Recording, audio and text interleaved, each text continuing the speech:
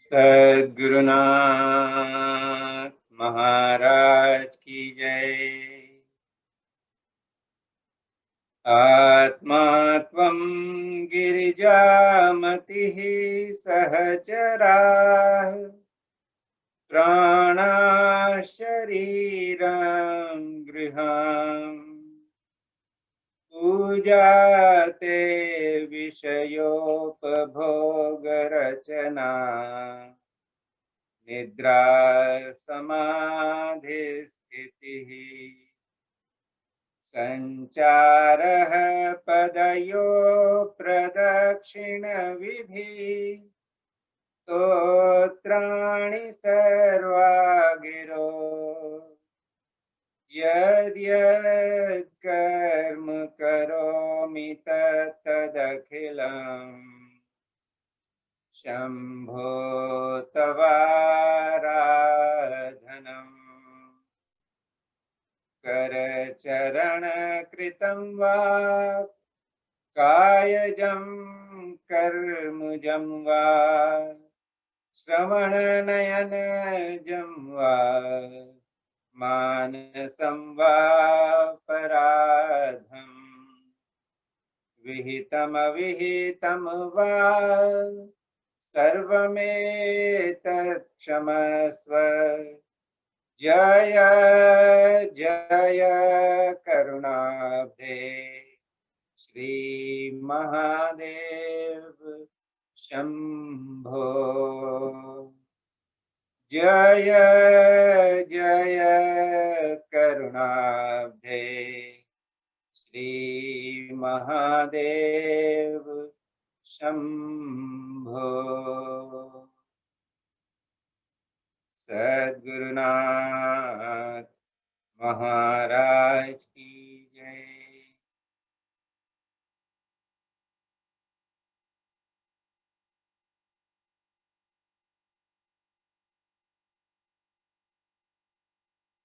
बहुत प्रेम से आप सभी का आज के वेबिनार में स्वागत है।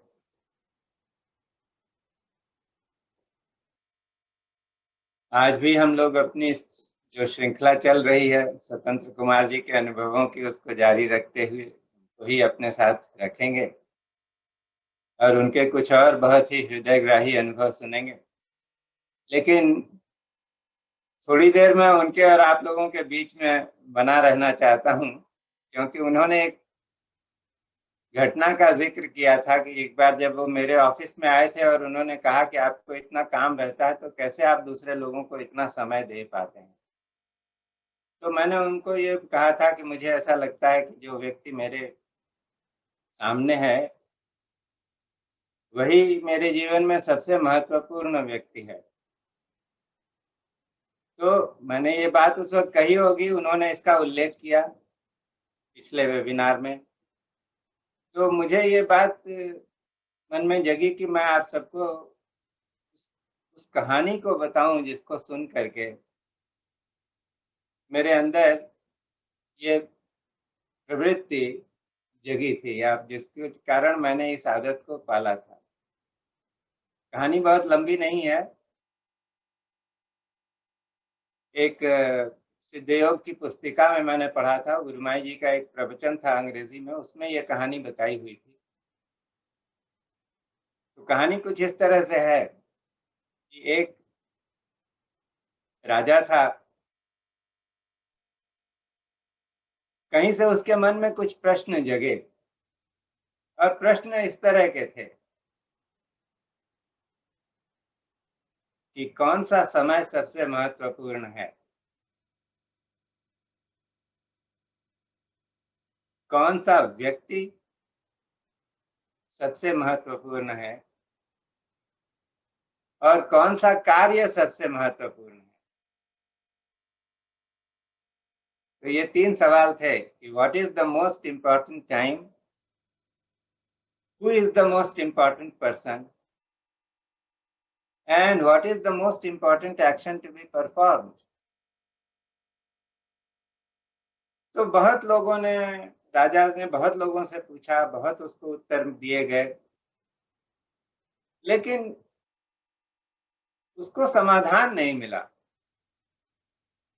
उसे लगता था कि हर उत्तर कुछ न कुछ अधूरा है। तो बहुत लोगों से पूछा तो किसी ने बताया कि देखो, ये हमारे राज्य की सीमा से बाहर एक बहुत बड़ा संत है,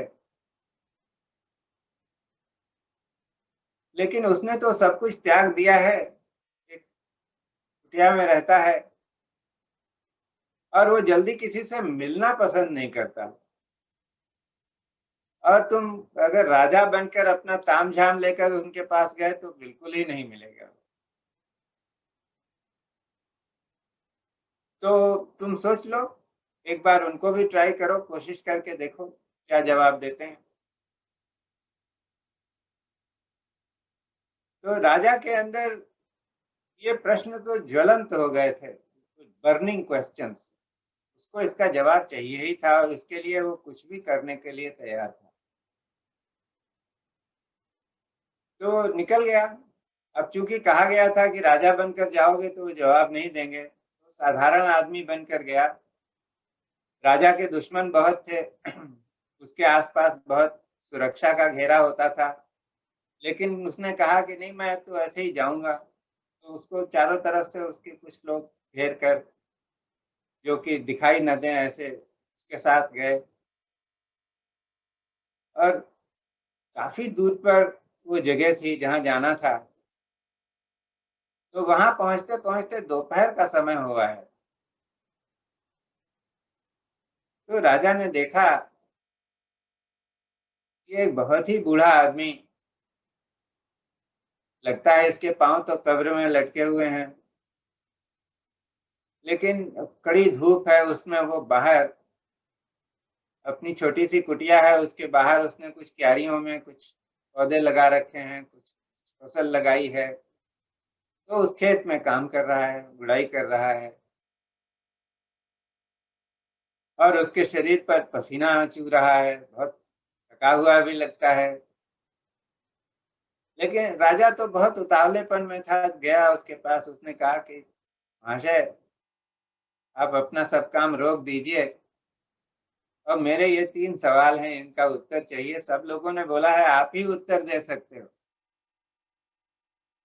तो मैं बहुत आशा लेकर आपके पास आया हूँ, कृपया हमको जवाब दे दीजिए। तो उस बूढ़े आदमी ने तो राजा का कोई नोटिस ही नहीं लिया और उसी तरह से अपने खेत में या क्यारी में काम करता रहा, जैसे राजा तो उधर था ही नहीं। तो राजा को लगा कि ये कुछ विचार कर रहे होंगे, मेरा प्रश्न बहुत मुश्किल है, सोच रहे होंगे क्या जवाब दूं। तो वो भी उधर बैठ गया। लेकिन ये बूढ़ा आदमी तो काम करता रहा अपना। फिर राजा ने देखा कि इसको थकान हो रही है, पसीना हो रहा है। तो राजा तो बहुत हट्टा-कट्टा था, बहुत बलिष्ठ था। तो ये अपने आप ही उठा और उसके हाथ से उसने कुदाल ले ली और खेत में काम करने लगा खुद। अब यही चलता रहा। संध्या समय होने को आ गई, सूर्यास्त होने लगा और फिर अचानक ये जो बूढ़ा आदमी था ये था और अपनी कोठरी में जाकर उसने दरवाजा लगा दिया, थोड़ा सा पट्टी थी, और वो तो रात के लिए जिसको कहते हैं रिटायर हो गया, आराम करने चला गया। अब राजा ने देखा अपने आसपास की इतनी देर हो गई है, मैं बहुत दूर निकल आया था, मैं दिन भर इस उसमें उम्मीद में बैठा था कि ये कुछ जवाब देंगे, जवाब दिया नहीं इन्होंने। लेकिन अब जाऊं तो बहुत सुरक्षित भी नहीं है रास्ता। तो कुल सोच समझ कर राजा ने कहा कि अब आज यहीं सो जाता हूँ, सुबह जब हो जाएगी तब यहाँ से निकल लेंगे। तो राजा वहीं पर जमीन पर ही लेटा, वो भी थक गया था, बहुत दिनों बाद ऐसे खेत में काम करने का कभी उसको मौका नहीं था। तो जो खेत में काम किया था तो थकान हो रही थी, उसको नींद आ गई, लेकिन भूख भी लगी हुई थी। तो अचानक बहुत दूर उसको कोई आहट सुनाई दी, आँख खुली कर देखा तो जैसे एक छाया बहुत दूर से चली आ रही थी और चाँदनी रात थी, तो उसमें वो दिखाई दे रहा था कि कोई तो व्यक्ति है जो कि उधर से दूर से दौड़ता हुआ चला आ रहा है। लेकिन वो जो छाया थी वो गिर गई अचानक। तो उत्सुकतावश राजा भाग कर गया, तो देखा कि एक आदमी था और किसी ने उसको तलवार से मारा था। उसका पूरा जो है वो जो पेट का हिस्सा था वो कट गया था, आंतें जो है बाहर निकल रही थी और बहुत खून बह रहा था। तो राजा ने उस आदमी को अपनी बाहों में उठाया और उठाकर उधर कुटिया की तरफ ले आया। इत्तेफाक से उधर एक कुआं था, आसपास कुछ बर्तन थे, तो उसने कुएं में से जल निकाला, उस आदमी के जख्म धोए और अपना जो अंग वस्त्र था, अपना कुर्ता था, उसको फाड़ करके उसने पट्टियां बनाई, उसको किसी तरह से बांध दिया ताकि उसका खून जो जो रिस रहा था या बह रहा था वो रुक जाए। और वो आदमी भी इतना जो है वो खून बहने से इतना परेशान था कि थोड़ी देर बाद जब उसको आराम मिला तो सो गया। फिर राजा भी सो गया और सुबह इन दोनों व्यक्तियों की नींद करीब करीब साथ साथ खुली। और जब उस आदमी ने राजा को देखा तो उसके चेहरे पर एक गहन आश्चर्य का भाव आया। उसने कहा कि क्या तुमने मेरी जान बचाई कल? तो राजा ने कहा कि हाँ, मैंने ही बचाई है। किसने तुम पर ऐसा हमला किया? क्या हो गया था?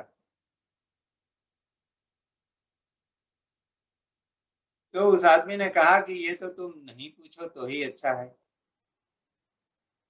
तो राजा ने कहा कि नहीं, मैं जानना चाहता हूँ कि तुम्हारे साथ ऐसा किसने किया है। तो उसने कहा देखो, तुम्हारे राज्य में बहुत अत्याचार हुआ है लोगों के ऊपर और मेरे परिवार के लोग तुम्हारे मुखालिफ थे। वो तुम्हारी कुछ बातों का विरोध करते थे, तो तुम्हारे सैनिकों ने एक दिन मेरे घर में घुस करके और मेरे दो भाइयों की हत्या कर दी। तो मैंने प्रण लिया था कि मैं तुमसे अपने भाइयों की मौत का बदला लूंगा और मैं कई साल से इस तलाश में था कि कब मौका मिले और कब मैं तुम्हें मार दूं। लेकिन तुम्हारे आसपास जो सुरक्षा व्यवस्था थी वो ऐसी थी कि मुझे कभी तुम्हारे पास पहुंचने का मौका नहीं मिला। लेकिन मैंने भी अपने भेदिए तुम्हारे महल में छोड़ रखे थे, तो मुझे किसी ने ये खबर दी कि तुम इस बूढ़े आदमी को मिलने के लिए बिना किसी अंगरक्षक के, बिना कोई सिक्योरिटी के तुम इधर आने वाले हो। तो मैंने तुम्हारा पीछा करना शुरू किया। लेकिन तुम आए तो अकेले, लेकिन तुम्हारे जो सेनाधिकारी लोग थे उन्होंने तुम्हारे पीछे आसपास एक गुप्तचरों का जाल बिछा रखा था, जो इस तरह से तुमको तुम्हारे साथ थे, लगे हुए थे कि कोई दूसरा उसको पता न, किसी और को पता न चले। और मैं उन लोगों के हाथ चढ़ गया, तो उनसे कुछ लड़ाई हुई और उस लड़ाई में मैं घायल हो गया। भाग रहा था, जिस तरह से खून मेरा जा रहा था उससे तो ये तय था कि मैं बचता नहीं। लेकिन अब देखो मेरी भी क्या किस्मत है कि तुमने मुझे देख लिया और तुम्ही ने मुझे बचाया। तो अब मेरे लिए एक बहुत बड़ी दुविधा है कि जिस आदमी को मैंने मारने की सोची थी उसने ही मेरी जान बचाई है। तो अब मैं उसके खिलाफ अपने प्रतिशोध का पालन नहीं कर पाऊंगा, जो मैंने रिवेंज प्लान किया था वो पूरा नहीं होगा। तो उसकी पूरी कहानी को सुनकर राजा को भी बहुत ग्लानि हुई। उसने कहा कि मेरे सैनिकों ने ऐसा किया, उसके लिए मैं क्षमा प्रार्थी हूँ। मैं तुम्हारा परिवार तो नहीं लौटा सकता, तुम्हारे भाइयों को नहीं लौटा सकता, लेकिन मैं जब वापस पहुंचूंगा तो एक तो तुम्हारे उपचार की व्यवस्था करूंगा, तुम्हारी जान बचनी चाहिए, और दूसरा ये कि इतनी कुछ चीजें दूंगा जिससे कि तुम, जो तुम्हारे दोनों भाई थे, उनके परिवार के लोगों का भरण पोषण बहुत आसानी से हो सके।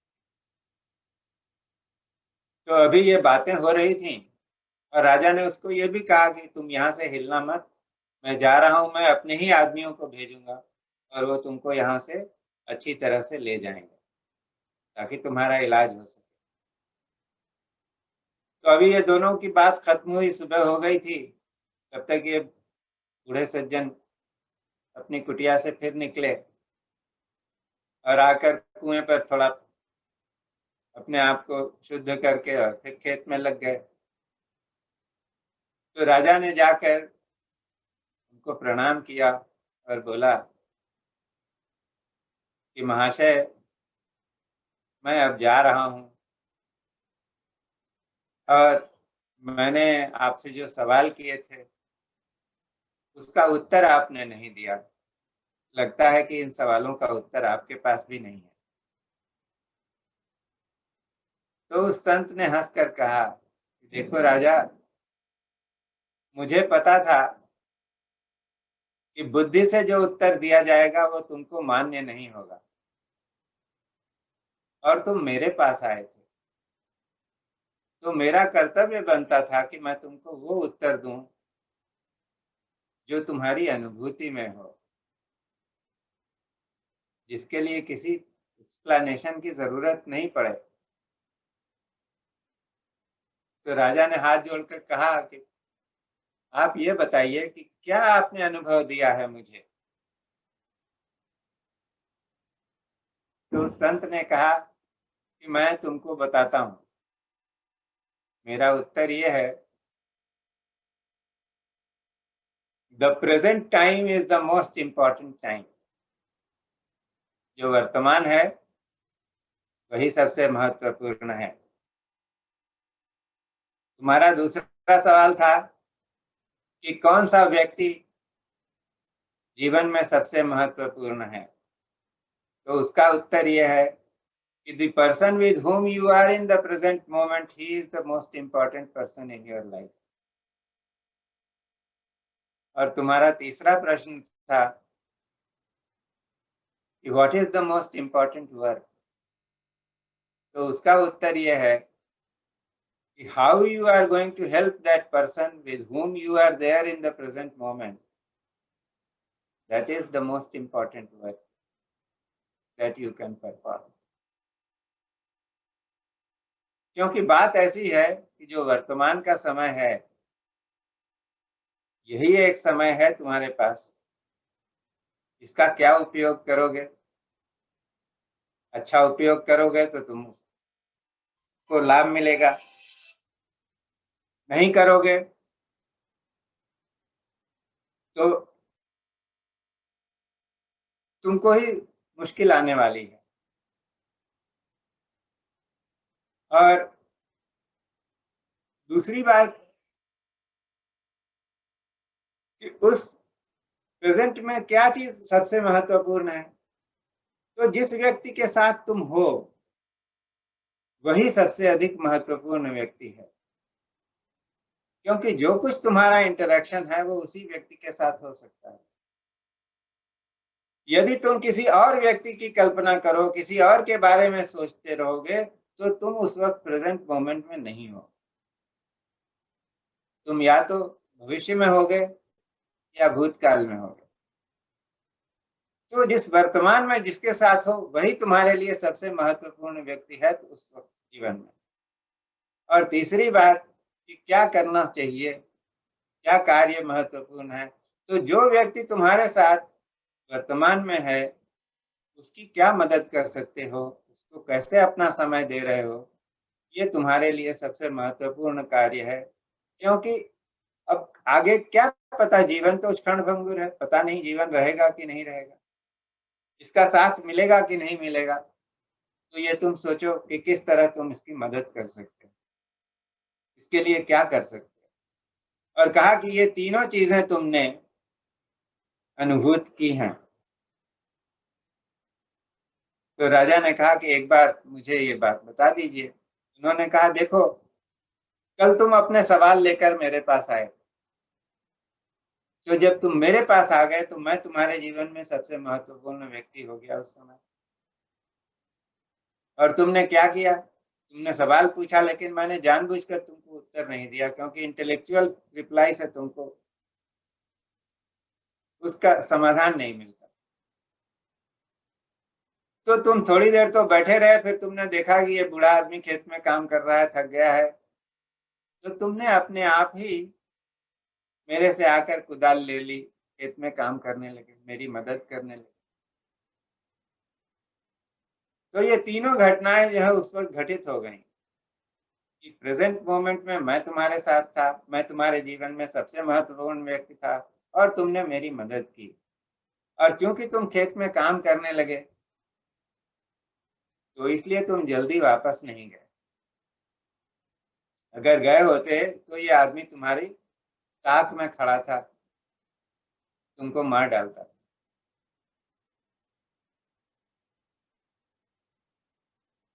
तुमने ये किया, देर हो गई, तुमने रात में रुकने का फैसला किया, तुम्हारी जान बच गई। और ये आदमी उधर तुम्हारे गुप्तचर लोगों के हत्थे चढ़ गया, उनसे लड़ाई में घायल हो गया, और तुमको कुछ आहट सुनाई दी, तुमने उठकर देखा, ये तो दौड़कर आ रहा था और कहीं गिर गया। तो उस प्रेजेंट मोमेंट में अगर तुम सजग नहीं होते तो ये आदमी गिरकर वहीं मर गया होता। लेकिन तुम भागकर उसके पास गए, तुमने देखा कि इसका पेट कटा हुआ है, खून बह रहा है, उसको ले आए, उसको उपचार किया, उसकी जान बचाई। और इसके चलते एक आदमी जो पूरी जिंदगी तुम्हारी जान लेने के लिए तुम्हारे पीछे लगा रहता, उसको तुमने अपना मित्र बना।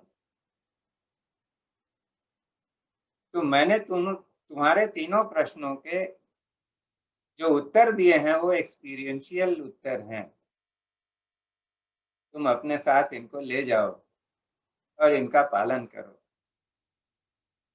तो जब मैंने ये कहानी पढ़ी गुरुमाई जी के प्रवचन में, तो ये बहुत गहराई से मेरे अंदर कहीं प्रवेश कर गई।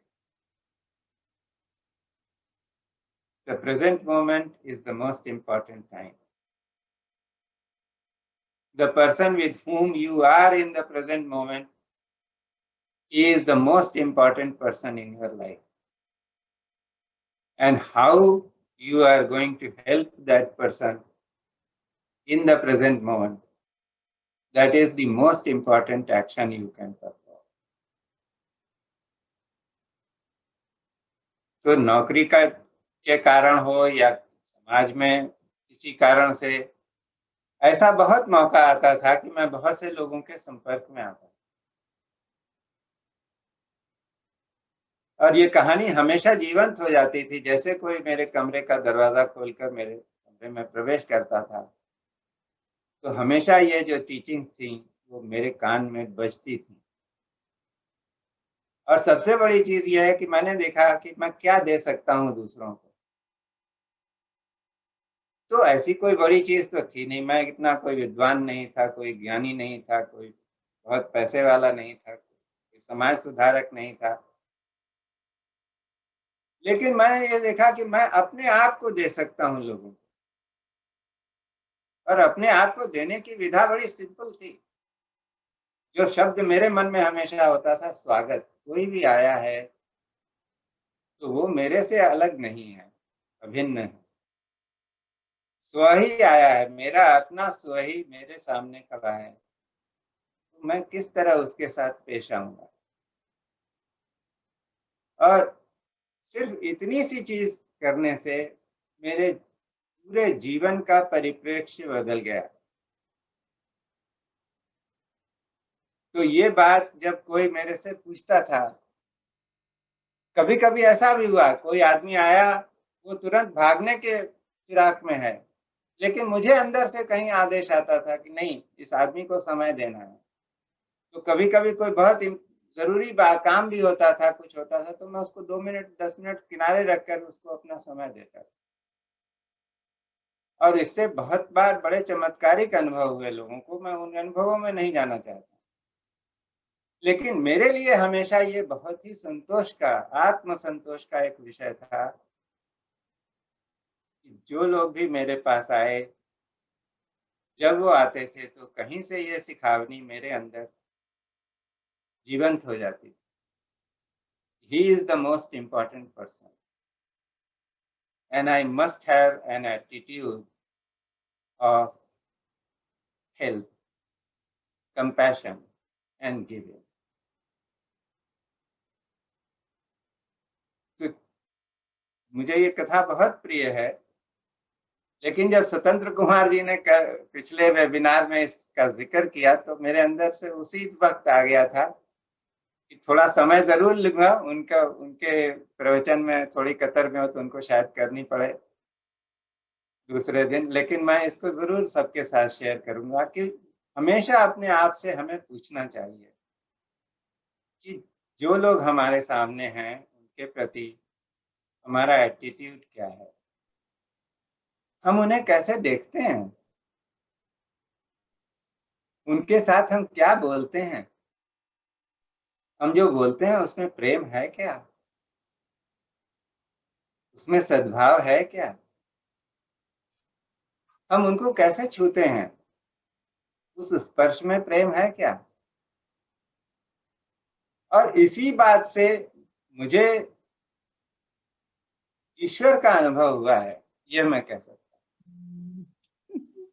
क्योंकि जब हमारे सामने कोई आया, वो अन्य नहीं है, मैं ही हूँ, ये अनुभव हो जाएगा, तो उस व्यक्ति के माध्यम से ईश्वर उपलब्ध हो सकता है, ये मैंने जाना है।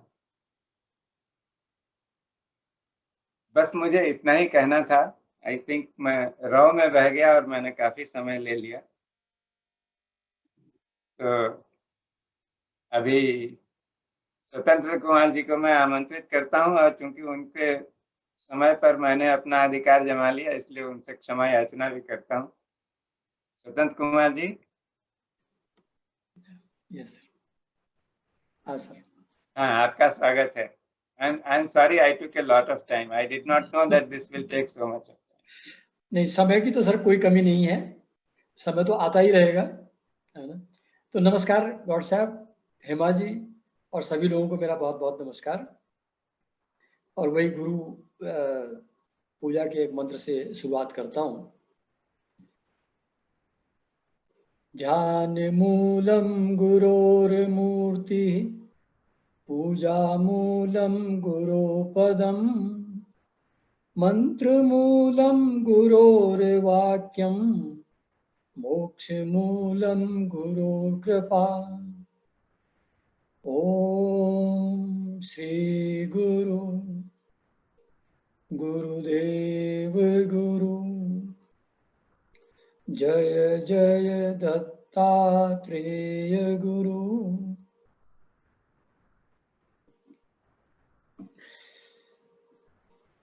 पिछले ट्यूसडे की बात को आगे बढ़ाते हुए, जैसा मैं कह रहा था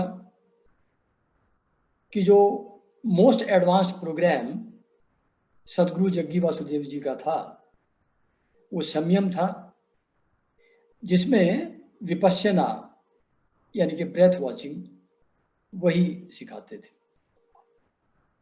ओशो भी अलग अलग टाइप के बहुत सारे मेथड कराने के बाद अंत में ब्रेथ वॉचिंग यानी विपश्यना पर ही अपने शिष्यों को लेकर के जाते थे।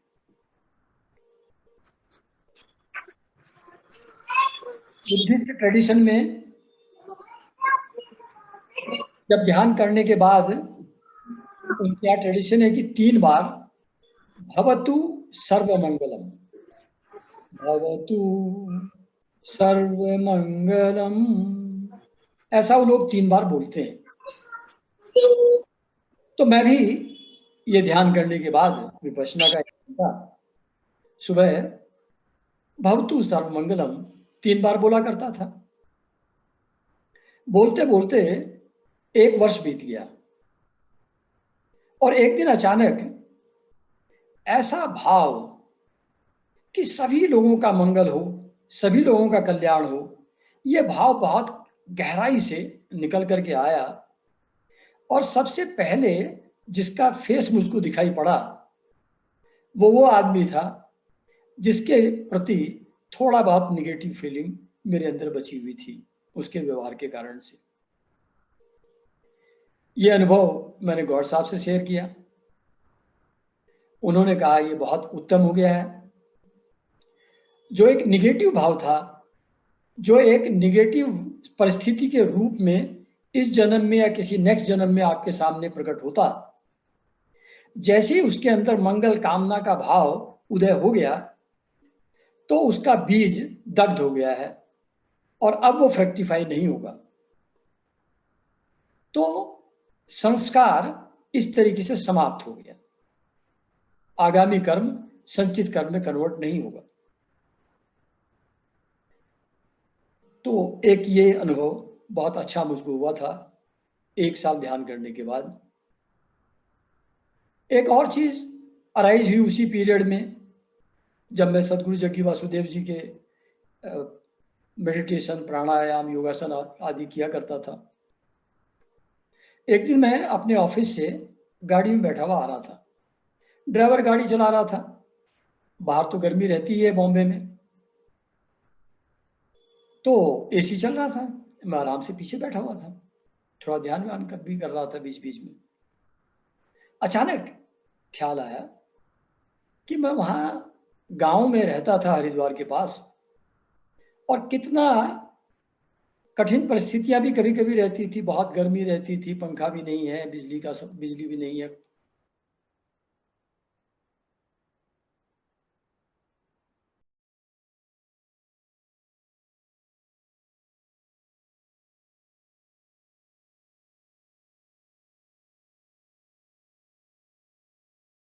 आज भगवान की कृपा से मैं यहाँ आराम से बैठा हुआ हूँ एसी में और ड्राइवर गाड़ी चला रहा है।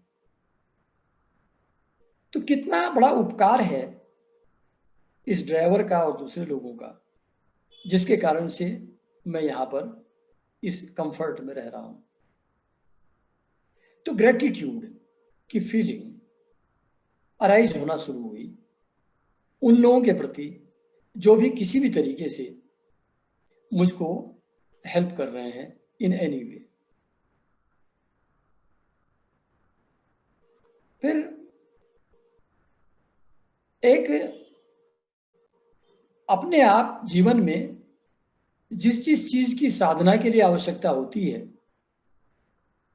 वो परिस्थितियां भी अपने आप ही बन जाती हैं, उसके लिए कुछ करना नहीं पड़ता।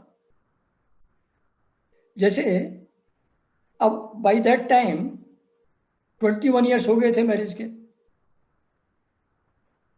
और जो भी पति पत्नी के संबंध होते हैं वो काफी रेगुलरिटी के साथ रहते थे।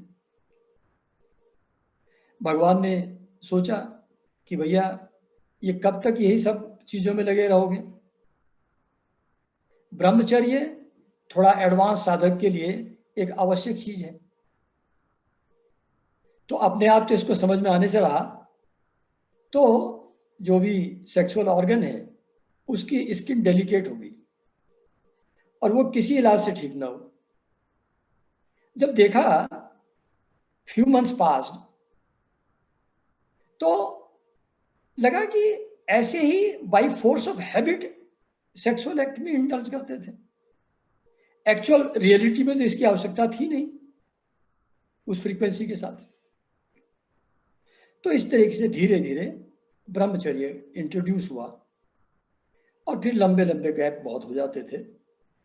और वो जब तक ये चीज ठीक से सेटल नहीं हो गई दिमाग में, वो 10-12 साल तक वो प्रॉब्लम खत्म नहीं हुई।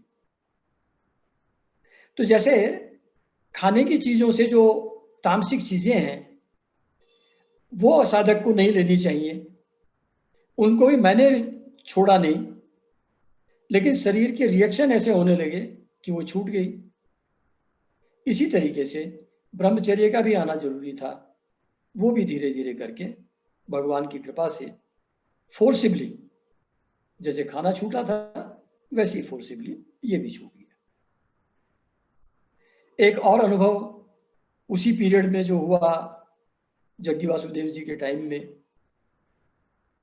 हमारे को ब्रदर हैं धीरेन्द्र सिंह, आर्मी में कर्नल थे। उनसे मेरी बात कभी कभी होती रहती थी, वो इस फील्ड में थे नहीं।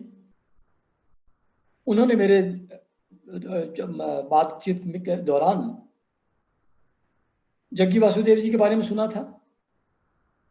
वो किसी ऑफिस के काम से कोयम्बटूर गए हुए थे और वहाँ उनका काम 1 ही घंटे में खत्म हो गया। तो सोचा बाकी समय क्या करूं, तो याद आया कि भाई साहब कह रहे थे कि वहाँ जग्गी वासुदेव का 30 किलोमीटर पे कोयम्बटूर से आश्रम है, चलो फालतू समय वहीं हुआ था। तो गए वहाँ। जग्गी वासुदेव जी कहते हैं कि ये जो ध्यान लिंगम मैंने यहाँ बनाया है, इसके 7 चक्र एनर्जाइज्ड हैं। This acts like a living गुरु। जो इसके क्षेत्र में, जो इसके फील्ड में आकर के बैठेगा वो ध्यान में इनिशिएट हो जाएगा। मैं गया था वहां कई बार, मुझको ऐसी कोई अनुभूति नहीं हुई, हो सकता है मुझको आवश्यकता नहीं रही होगी। तो जब धीरेन्द्र जी वहां जाकर के बैठे, ध्यान के बारे में कोई अनुभव वैसे था नहीं, जाकर के सिंपली बैठ गए। बैठे तो अपने आप ही ध्यान में चले गए। फिर वो 15-15 मिनट बाद वहां लोग आते जाते रहते हैं, तो ये कंटिन्यूड रहे, एक 15 मिनट, दूसरा 15 मिनट बैठे रहे वहीं ध्यान में। खैर उठ करके वहां से वापस आ गए। तो जब वापस पहुंचे चेन्नई अपने घर, तो रोज शाम को रूटीन था उनका कि क्लब जाते थे। क्लब में बैठ करके दोस्तों से गपशप मारेंगे, खाएंगे पिएंगे। वेरी नेक्स्ट डे जब घर पहुंचे तो लगा कि चलो आज रहने देता हूं। यहां से 2 ही किलोमीटर पर एक बहुत प्राचीन मंदिर है शिव जी का, शिव जी में उनकी श्रद्धा थी, वहां हो तो वहां बैठा था। तो वहां बैठ के चले गए, वहां अच्छी तरह ध्यान करके आ गए। तो तब से उनके जीवन में ध्यान एक रेगुलर तरीके से इंट्रोड्यूस हो गया। मतलब ध्यान मंदिर में बैठने से, ध्यान लिंगम की प्रेजेंस में बैठने से इनिशिएशन उनका अपने आप हो गया, बिना डायरेक्टली गुरु के कांटेक्ट में आए हुए। ये इसके साथ जो जग्गी वासुदेव जी का प्रकरण है उसको मैं यहीं समाप्त करता हूं। अभी पिछली बार मैं बता रहा था कि सदगुरु मुगले सर से जब मुलाकात पहली बार हुई तो उन्होंने मुझको कई बार प्रसन्न कुमार नाम से संबोधित किया। तो मुझको लगा कि थोड़ा स्माइलिंग काउंटेनेंस को देख करके ऐसा बोल रहे होंगे। उसका अर्थ मुझको समझ में नहीं आया, या क्यों उन्होंने कहा यह मुझको समझ नहीं आया। लेकिन गुरु के अंदर इतना पेशेंस होता है, उन्होंने कुछ उसका क्लैरिफिकेशन नहीं दिया। उन्होंने सिर्फ यही कहा, नहीं प्रसन्न कुमार ठीक है। साल बीतते गए बीतते गए बीतते गए, 11 साल निकल गए, 11 ईयर्स। और मैं एक किताब पढ़ रहा था स्वामी राम की, living with the Himalayan masters. उसमें एक खोजी उत्तरकाशी में एक गुरु के पास पहुंचते हैं और वो खोजी गुरु को कहते हैं कि मुझको एक मंत्र दे दीजिए। उन्होंने कहा वेट करो, देता हूं। फिर कितना वेट करना होगा? कह ले वो तो मैं कुछ कह नहीं सकता। कह ले कि मैं तो जल्दी में हूं। कह जल्दी में हो तो फिर अगले साल आना, फिर बाद में आना। तो उसने सोचा ये तो बड़ी प्रॉब्लम हो जाएगी, तो रुक गया वहां। फिर बैठा रहा, जो भी टाइम निकला होगा 4-6 घंटे या दिन 2 दिन, मुझको याद नहीं है। जब देखा गुरु ने कि अब इसके अंदर थोड़ा सा पेशेंस आ रहा है, तो गुरु ने कहा चलो अच्छा तुमको मंत्र देता हूं, और वो उनको गंगा जी के किनारे ले गए। वहां जाकर के कहा कि भाई ऐसा करो, देखो एक इंपॉर्टेंट चीज लाइफ में जो है, be always happy whatever be the circumstances, even if you are behind bars. कहले हाँ गुरु जी ये बात तो ठीक है, अब मंत्र दे दीजिए। कहले यही तो मंत्र है, be always happy whatever be the circumstances even if you are behind the bars. क्योंकि बार्स के पीछे हैप्पी रहने में क्या प्रॉब्लम है? कहीं भी बैठे हो, वो तो मानसिक स्थिति है, कहीं भी हो सकती है। तब मुझको समझ में आया कि अच्छा, ये जो प्रसन्न कुमार उन्होंने बोला था, ये this was the way of sadhana for me. I should try to be in that state of mind which creates in turn acceptance for everything around। क्योंकि जब दुखी और सुखी आदमी का डिफरेंस क्या है? जो आदमी चारों तरफ की परिस्थितियों को बदलना चाहता है, उनको ठीक नहीं समझ रहा है, वो दुखी है। जो सब चीजें ठीक है, जैसा होना चाहिए वैसी ही है, रिलैक्स्ड है, वही सुखी है। तो जब सुखी होने का अगर मेंटल स्टेट क्रिएट करें, as a natural corollary acceptance for everything around उस मोमेंट में अराइज हो जाती है, स्वीकार भाव अराइज हो जाता है। यही साधना है।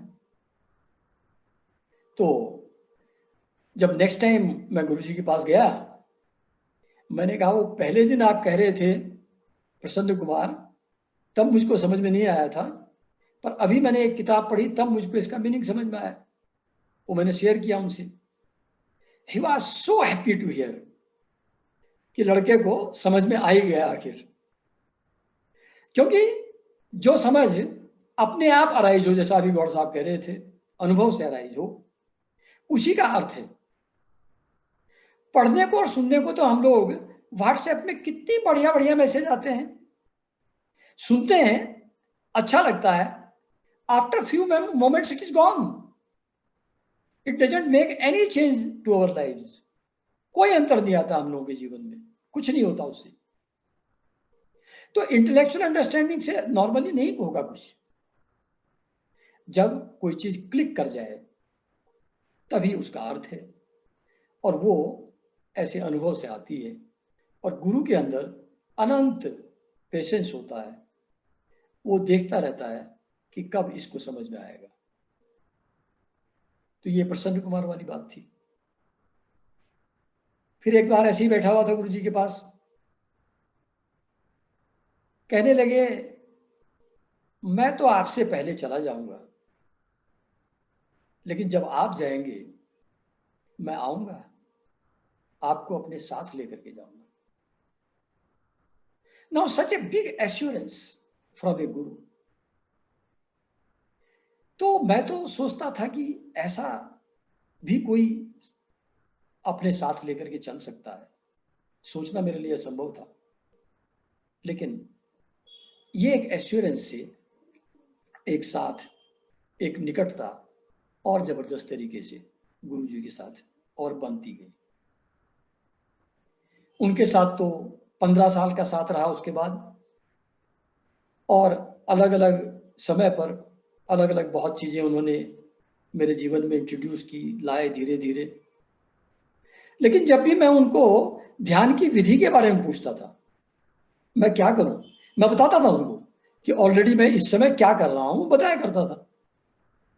वो कहते थे नहीं, जो आप कर रहे हैं वो ठीक है, आप उसी को करते रहिए, कोई चेंज की आवश्यकता नहीं है। तो he never forced anybody, he never directed anybody to change the way he is doing. He was waiting for the change to arise, change to come in due course as a consequence of one's evolvement. इसके बाद उनके गुरुजी के बारे में बीच बीच में, जैसे मैं chronological order में अपनी यात्रा बताने का प्रयास कर रहा हूँ, इसलिए अब मैं स्विच ओवर कर जाता हूँ टू अदर गुरु, एंड फिर बीच बीच में मुगले सर जो हमारे मेन गुरु हैं वो बीच बीच में आते रहेंगे। अप्रैल मई 2005 की बात है। मैं गौर साहब से मिलता ही रहता था, मुझको बहुत अच्छा लगता था। तो एक दिन उन्होंने कहा कि मैंने एक 2 दिन का एक यंग बॉय है बेंगलोर के पास, नित्यानंद, उनका एक मैंने कोर्स अटेंड किया था 2 दिन का। To me he appears to be an enlightened master, ऐसा उन्होंने कहा। सुन लिया, मुझको क्या लेना देना, मैं तो बॉम्बे में था उस समय।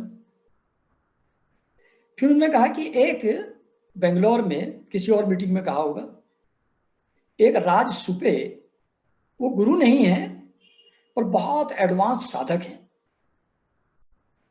मैं उनसे मिला था और एक लेडी उनके कांटेक्ट में थी यहाँ बॉम्बे में जो थोड़ा डिस्टर्ब थी। उसमें उनके संपर्क में आने के बाद उनके अंदर बहुत बड़ा परिवर्तन मैंने देखा। तो सुपे जी के कांटेक्ट में आने से परिवर्तन मुझको दिखाई पड़ा। बहुत अच्छे साधक हैं, बेंगलोर में रहते हैं। तो फिर सुन लिया, क्योंकि मुझको तो बेंगलोर से कोई मतलब था नहीं, मैं तो बेंगलोर में। फिर हमारी एक बैचमेट हैं, उन्होंने कहा कि एक वीएस नायक काली के उपासक हैं और उनके अंदर इंसाइट्स हैं पास्ट फ्यूचर देखने की, और वो लोगों को बहुत चीजें बता देते हैं और जो समस्याएं हैं उसके लिए कुछ उपचार भी बता देते हैं। तो हमने वो भी सुन लिया। उसी समय मैंने एनुअल परफॉर्मा में अपने लिखा हुआ था, मेरी बेटी को जॉब मिला था, छोटी बेटी को, बेंगलोर में। तो मैंने अपने एनुअल परफॉर्मा में लिख दिया था रूटीन वे में कि my daughter has offer appointment from a Bangalore based company, it will therefore suit me if I am posted to Bangalore, that's all. मैंने किसी से बात नहीं किया, किसी से कहा नहीं, कुछ नहीं किया। और ऐसा सरप्राइज मिला कि 1 जून को मेरी बेटी ने वहां ज्वाइन किया बेंगलोर, और 1 जून को बेंगलोर पोस्टिंग का मेरा ऑर्डर आ गया। नाउ जो 3 गुरु लोगों के बारे में 1-2 महीना पहले ही मुझसे चर्चा गौड़ साहब ने और हमारे एक बैचमेट ने की थी, वो फ्रक्टिफाई होगी बेंगलोर ट्रांसफर में। बेंगलोर में आ गया, ज्वाइन किया। फर्स्ट डे जब बैठा अपने ऑफिस में जाकर के, तो एक चार्टर्ड अकाउंटेंट आए किसी काम से। उनका जो काम था वो 5 मिनट में निपट गया। तो उन्होंने देखा धोती कुर्ता पहना हुआ दाढ़ी वाड़ी वाला आदमी बैठा हुआ है कुर्सी पे, तो हो सकता है कुछ स्पिरिचुअल इंक्लिनेशन हो, रंग ढंग से ऐसा दिख रहा है। तो उसने पूछा कि sir, are you interested in something spiritual? मैंने कहा हाँ, कि हमारे एक क्लाइंट का आश्रम है यहाँ से 30 किलोमीटर दूर बिरदी में, आप मिलना चाहेंगे? मैंने कहा हाँ, देख लेंगे। मैं कहा नित्यानंद जी हैं क्या? उसने कहा हाँ, आपको कैसे मालूम? मैंने कहा मैंने नाम सुना था उनका। तो 2 दिन बाद वो 2 किताबें नित्यानंद जी की लिखी हुई लेकर के आ गए मेरे ऑफिस में, मुझको प्रेजेंट कर दिया। मैंने बैक फ्लैप पर फ्रंट पेज पर फोटो देखा उनका, और ब्लैक फैप पे जो 10-12 लाइन लिखी हुई थी वो पढ़ी। जैसी फोटो देखा और पढ़ी वो, तो फिर पूरी बॉडी में सेंसेशन मेरे शुरू हो गया, तरंगे उठना शुरू हो गई। तब लगा कि ये, इसका मतलब ये मेरे गुरु ही हैं। जो किसी पहले दिन पहला आदमी जो मिलता है ऑफिस में, वो नित्यानंद जी इससे कनेक्टेड है। उनका फोटो देख करके शरीर के अंदर वाइब्रेशंस पैदा हो रही हैं। तो उन्होंने कहा कि सर आप चलना चाहेंगे उनके पास? मैंने कहा हाँ चलेंगे, लेकिन नेक्स्ट मंथ चलेंगे, जब हमारे कोई रिलेटिव आने वाले हैं, उनका भी इंटरेस्ट इन चीज़ों में रहता है, तो तब चलेंगे। फिर गए वहाँ, तो वो गुरु पूर्णिमा का दिन था।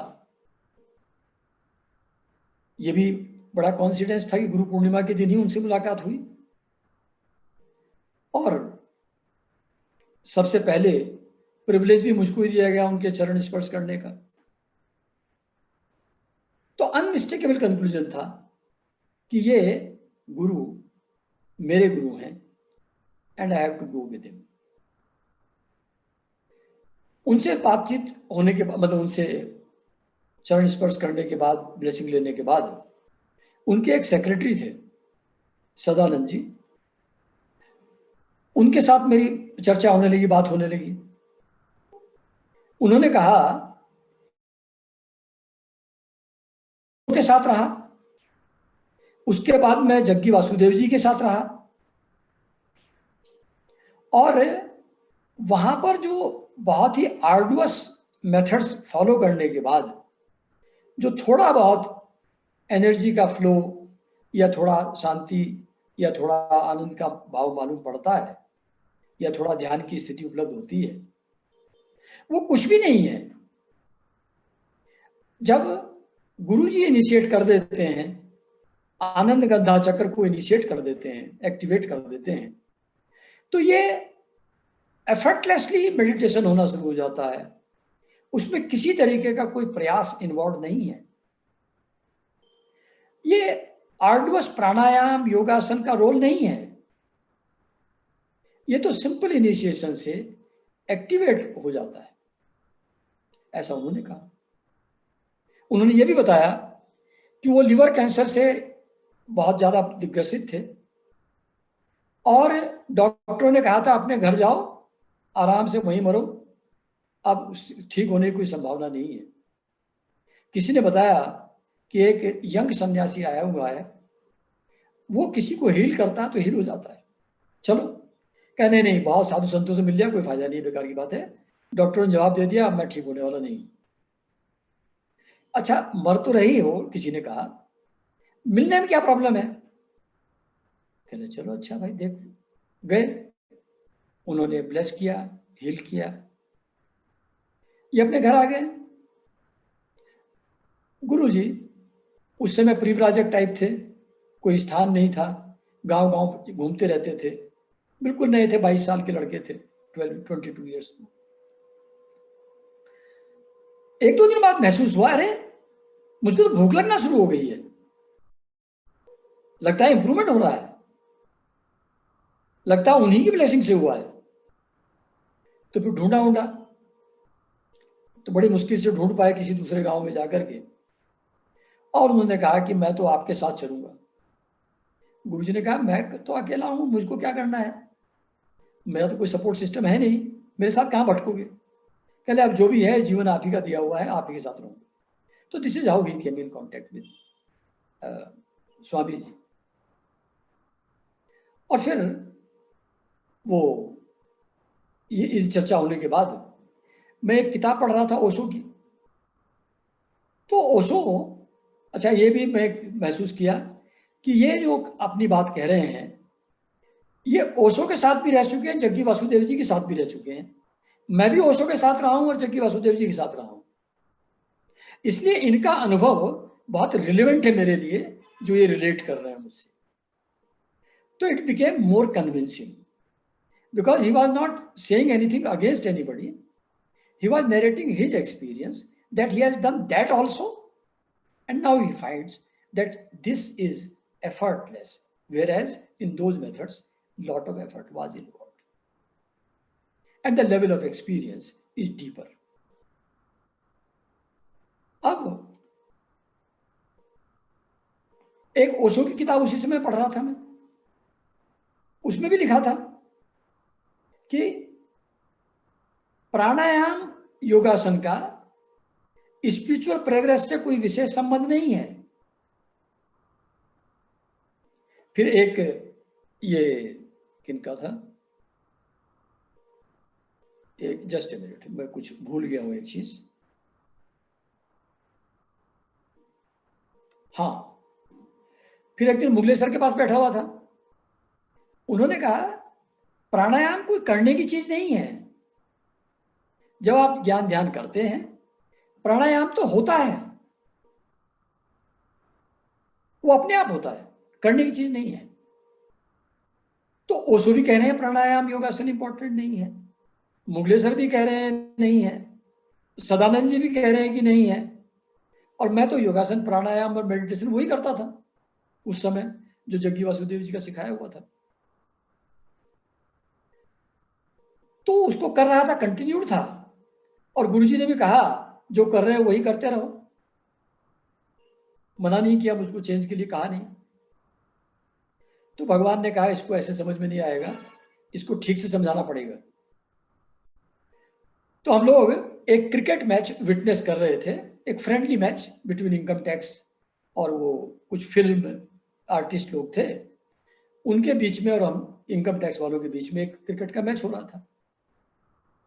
तो एक प्लेयर जो फिल्म आर्टिस्ट था, उसने मारा छक्का एक, और वो सीधा मेरी तरफ आ रहा था बहुत तेजी से, सिक्सर।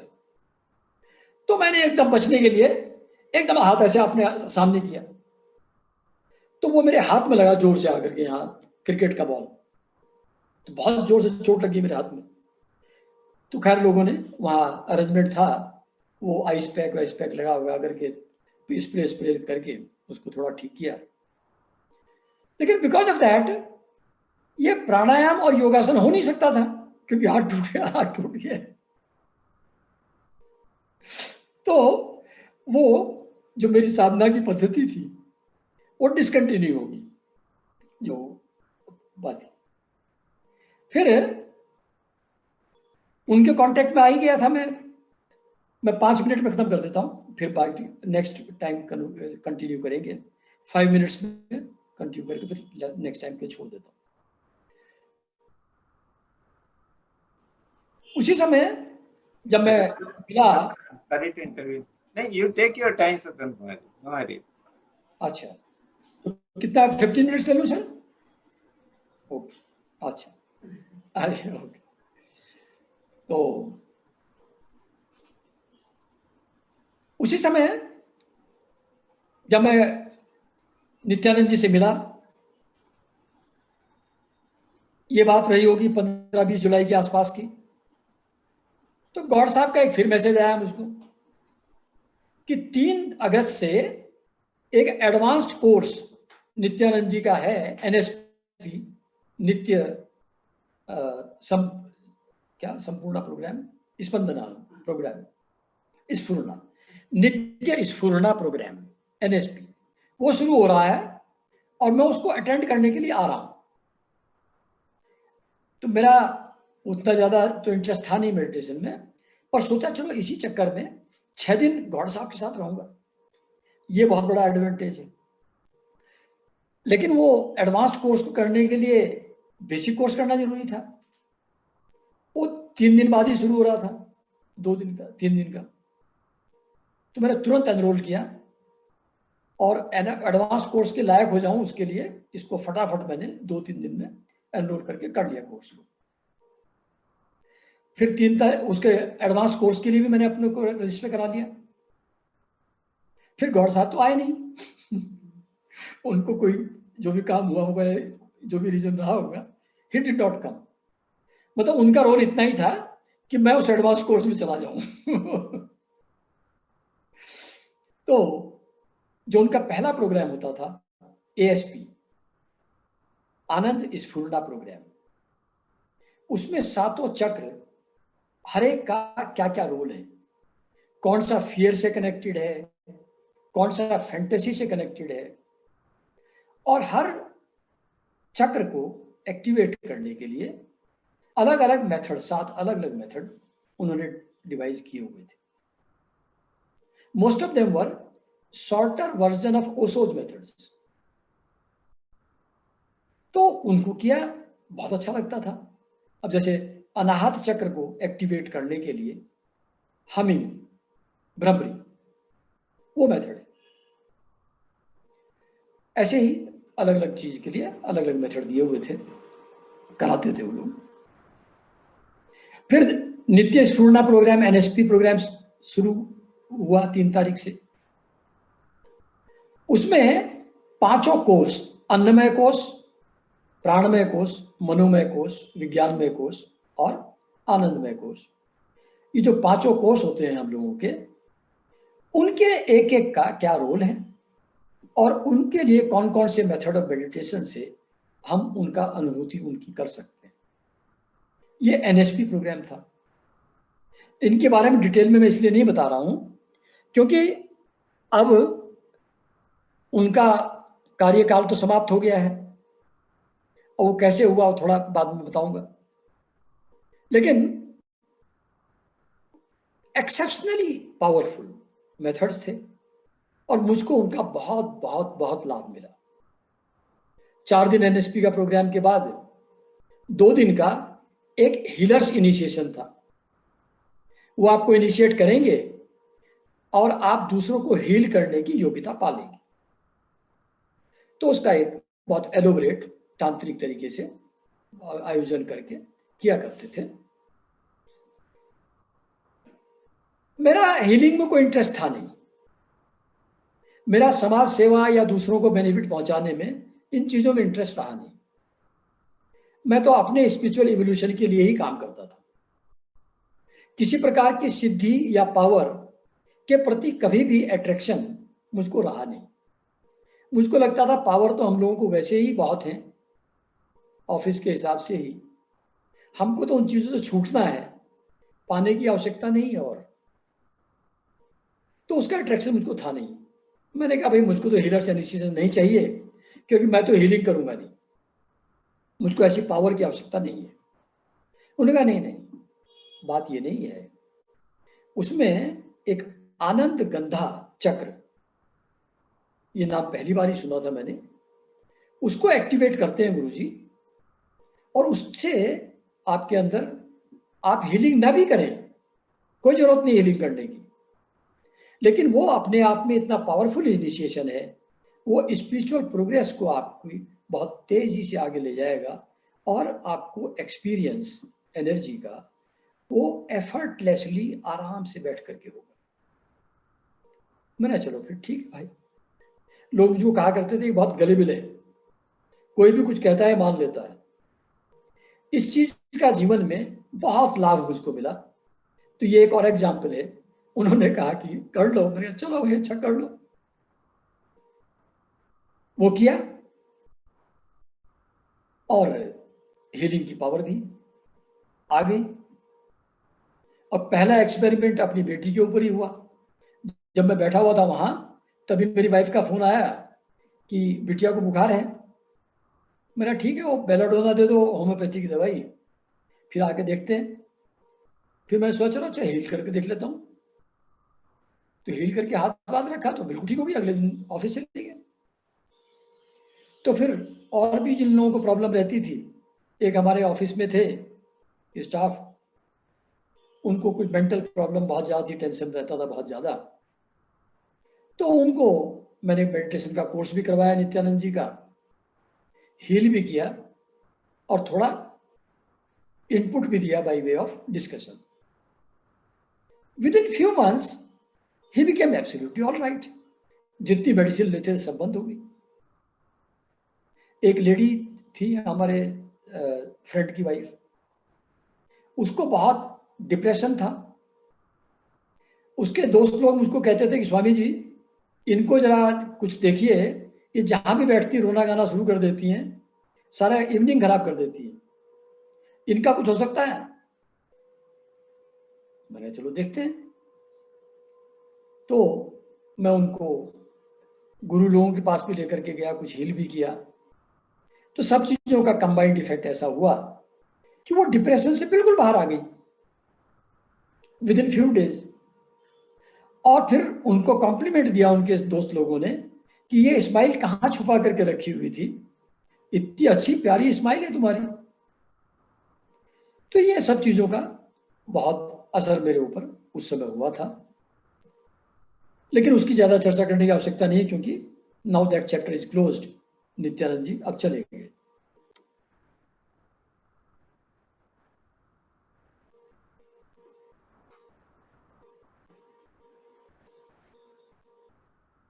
अच्छा, एक जो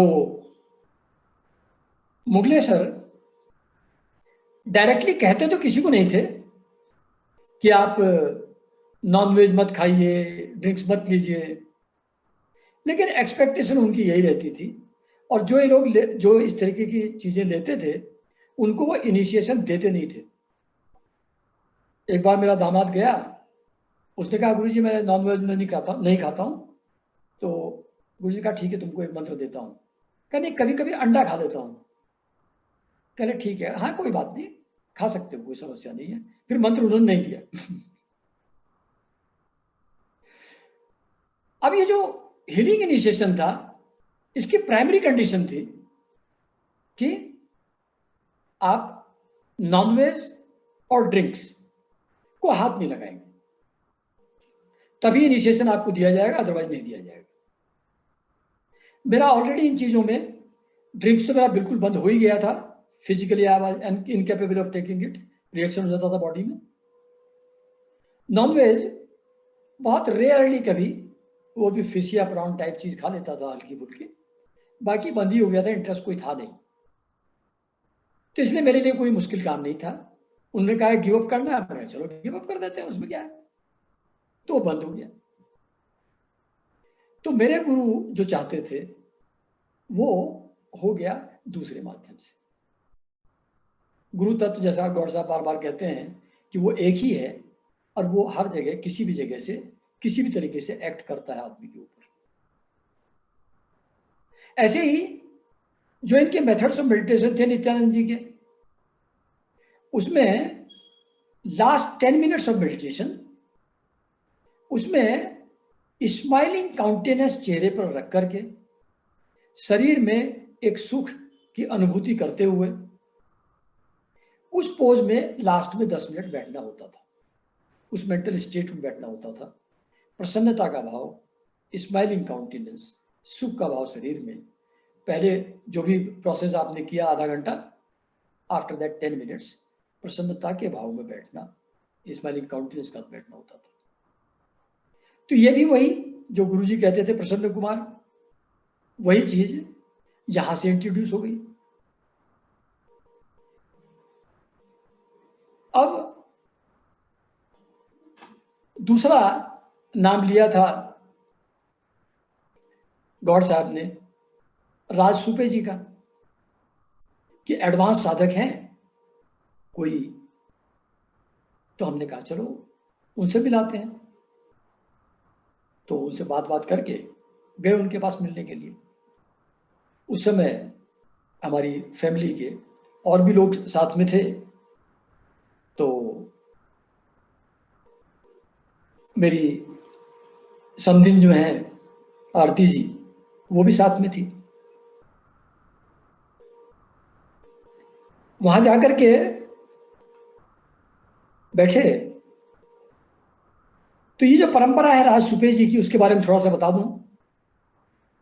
ये एक महामिलन मठ है कलकत्ता में, सीताराम दास बाबा जी का। उनको भगवान का अवतार ही उनके डिवोटी लोग मानते हैं। उनके वो जब 6 साल के थे तब शिव जी का दर्शन उनको हुआ। 36 साल के थे, दोबारा उनको शिव जी का दर्शन हुआ। फिर वो हरे कृष्ण कृष्ण कृष्ण हरे हरे, हरे राम राम राम हरे हरे का जप वप करते थे अपने गुरु के हिसाब से। फिर एक बार सपने में आकर के जगन्नाथ जी ने उनको आदेश दिया कि तुम नाम का प्रचार करो। उन्होंने कहा ऐसे सपने में कहोगे तो नहीं करूंगा मैं, प्रत्यक्ष आकर के बोलोगे तभी एक्सेप्ट करूंगा। तो ऐसा एडमेंट एटीट्यूड देखते हुए भक्त के सामने तो भगवान बिल्कुल लाचार हो जाते हैं। तो प्रकट हुए और कहा कि करो यार, नाम का प्रचार करो, जीवन उसी को दो। तो खैर उन्होंने करना शुरू कर दिया। उन्हीं के फैमिली के एक सदस्य हैं श्री विठल रामानुज।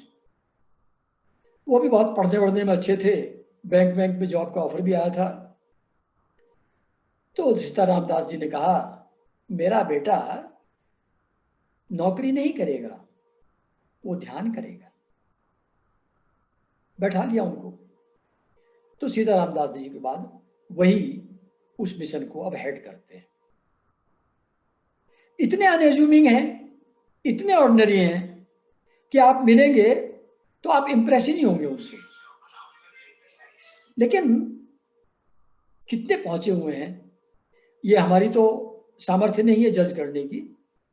मैंने अपने गुरुजी को, मुगले सर को, उनका फोटो दिखाया। कहने लगे इनको तो आत्म साक्षात्कार हो चुका है,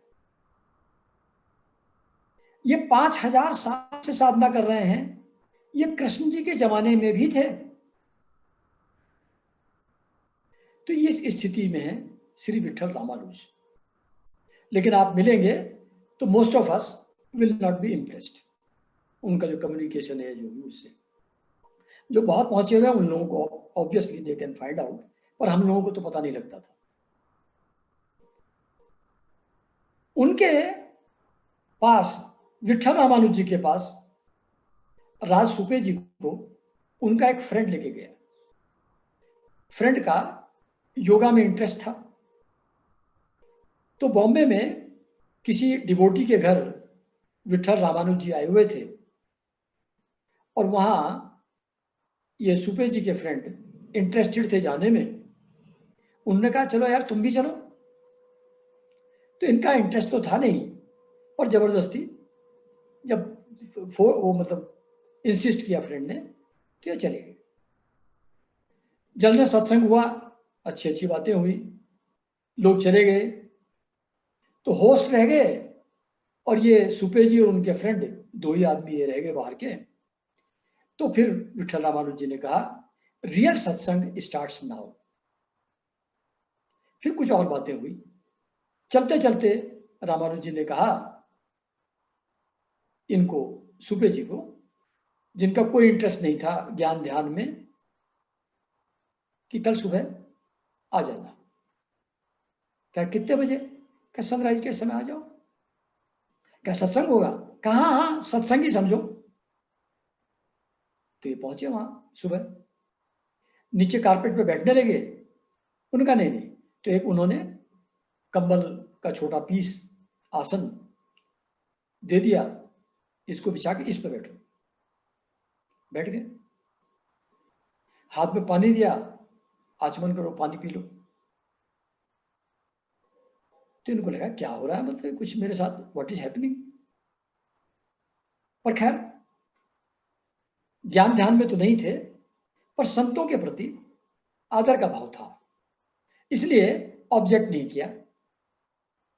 और फिर उन्होंने कान में एक मंत्र बोल दिया गुरुजी ने, और फिर कहने लगे हो गया। इन्होंने कहा क्या हो गया?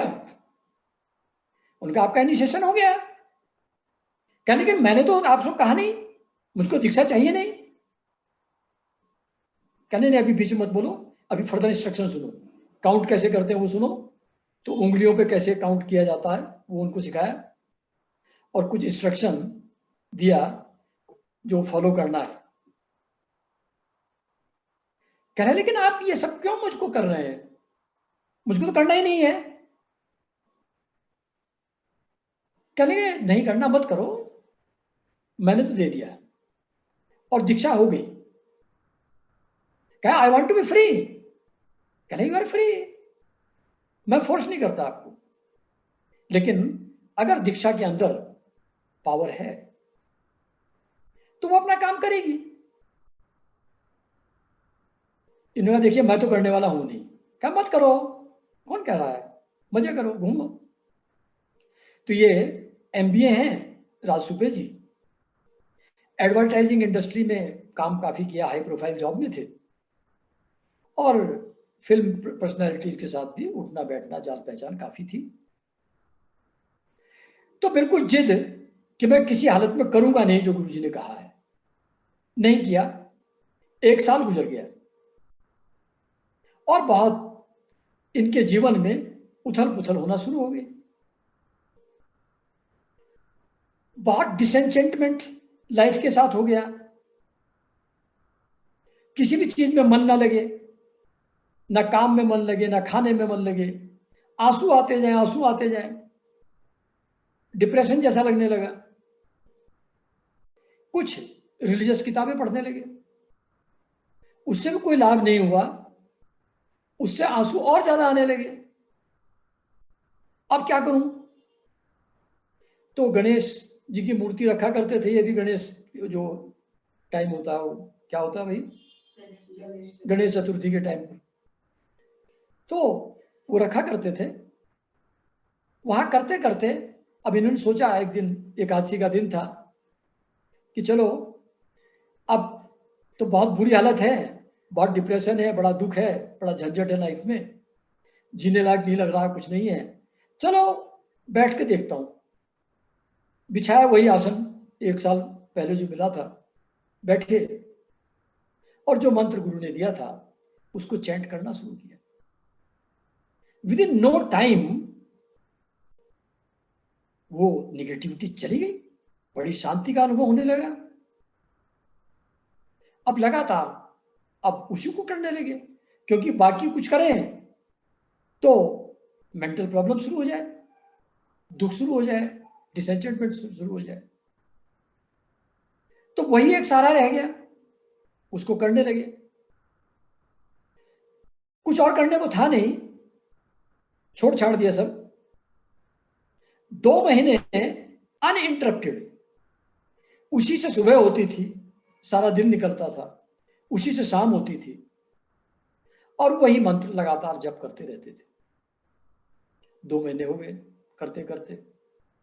तो एक दिन एक ग्लोइंग मेलो लाइट उनके सामने अपीयर हुई, एक फॉर्म अपीयर हुई, और वहां से आवाज आई,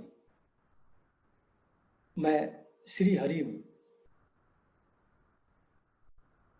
ये साक्षात्कार उनको 2 महीने कंटिन्यूसली करने के बाद गुरु दिया हुआ मंत्र ये उनको अनुभव हुआ।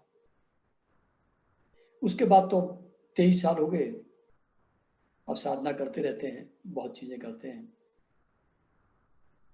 तो ये मेरा प्रसंग बताने का मतलब ये था कि गुरु की दी हुई दीक्षा के अंदर इतनी सामर्थ्य होती है, और गुरु आपको ढूंढने नहीं जाना है।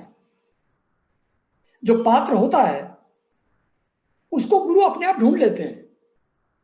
अब सुपे जी तो गुरु जी नहीं ढूंढ रहे थे, वो तो एडवर्टाइजिंग इंडस्ट्री में मस्त थे, लेकिन वो ले जाएंगे किसी के माध्यम से, बिना इच्छा के उनका इनिशिएशन हो गया। फिर ऐसी कंडीशन डेवलप हुई, जो दुख आते हैं आदमी के जीवन में, परेशानियां आती हैं, वो बहुत ही बड़ा अनुग्रह प्रभु का होता है, जिससे व्यक्ति इस तरफ उसका मुंह मुड़ता है, वो उन्मुख होता है प्रभु की तरफ। तो जिसको अतिशय प्रेम करते हैं प्रभु, तो ऐसी सिचुएशन क्रिएट कर देते हैं। तो ऐसी स्थिति होने के बाद फिर उनका इंट्रोडक्शन इस फील्ड में आ गया। तो मेरे ख्याल से फिर आज अभी यहीं इसको खत्म करता हूं मैं, और फिर कंटिन्यू करेंगे नेक्स्ट ट्यूसडे को, है ना। तो ठीक है, सबको बहुत बहुत नमस्कार, इतने प्रेम से सुना, थैंक यू वेरी मच। बहुत बहुत धन्यवाद स्वतंत्र कुमार जी, बहुत ही आज का तो रोचक था। और सुपे जी के बारे में मैं ये बता दूं कि जब मैं उनको मिला था पहली बार, तो मुझे ये लगा था कि कोई बहुत बड़े साधक हैं, लेकिन जो लोग भी उनके संपर्क में आ रहे थे उनका जीवन बड़े चमत्कारिक रूप से बदल रहा था। ये मैंने अपनी आंखों से देखा। और सुपे जी के गुरु जी जो विठल रामानुज महाराज हैं, उन्होंने अचानक ऐसा निश्चय कर लिया कि हमको इंग्लैंड जाना है एक यात्रा पर। और उनका मैसेज आया कि ऐसा है कि उस यात्रा में तुम हमारे लिए एक स्पीकर या फैसिलिटेटर का काम करोगे और साथ में चलना पड़ेगा। तो सुपे जी उनके साथ चले गए। सुपे जी, जैसा स्वतंत्र कुमार जी ने बताया, कि एडवर्टाइजिंग इंडस्ट्री से थे और हर चीज करने का ढंग तरीका, उसकी प्लानिंग, ये सब चीजें उनके मन में सर्वोपरि रहती थी। लेकिन उन्होंने देखा कि भाई हमारे गुरुजी तो जा रहे हैं, वहाँ पहुंच गए, लेकिन कोई प्रोग्राम नहीं है, कोई रूपरेखा भी नहीं है कि क्या करेंगे, क्या होगा, किसको मिलेंगे, कैसे करेंगे। लेकिन सब कुछ सहज भाव से, जैसे गुरु के सामने आसपास चीजें सहज घटती हैं, वैसे घटती चली गई। तो ये जो इनके मन में एक भाव था कि हर चीज जो है बहुत तरीके से होनी चाहिए, वो भाव जो है वो गुरुजी ने निकाल दिया। जो हो रहा है सब ठीक है, इसका भाव था। और जो सबसे बड़ी चमत्कारिक घटना हुई वो ये हुई कि जिस दिन उनका वो टूर समाप्त हो रहा था, तो उस दिन रात को गुरुजी को रिवलेशन हुआ और एक योग की विधा, ईश्वर प्राप्ति के लिए योग की विधा उन पर ईश्वर ने प्रकट की। और जब दूसरे दिन उन्होंने सुपे जी को उसमें दीक्षित किया